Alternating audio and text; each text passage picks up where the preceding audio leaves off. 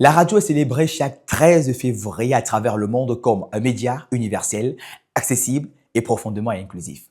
Mais comment est née la radio au Cameroun et comment a-t-elle évolué? Season Media vous dit tout.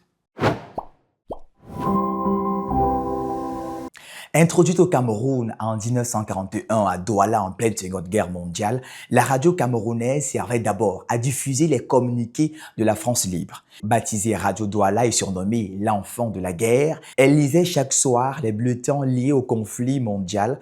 Interrompue en 1944, elle a été réhabilitée en 1946 par l'administration coloniale puis dotée d'un budget propre en 1948. Après l'indépendance du Cameroun francophone en 1960 et la réunification en 1961, la radiodiffusion devient une structure nationale placée sous l'autorité du ministère de l'Information.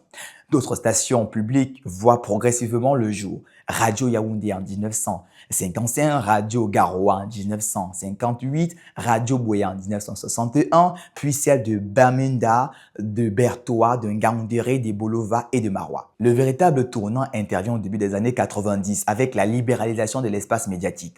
Des stations commerciales comme Souilaba FM à Douala, Poala FM à Bafoussam ouvrent la voie à l'essor des radios privées. Suivant d'autres radios privées comme RTM FM à Douala, Radio Siantou à Yaoundé ou encore FM Benoué à Garoua.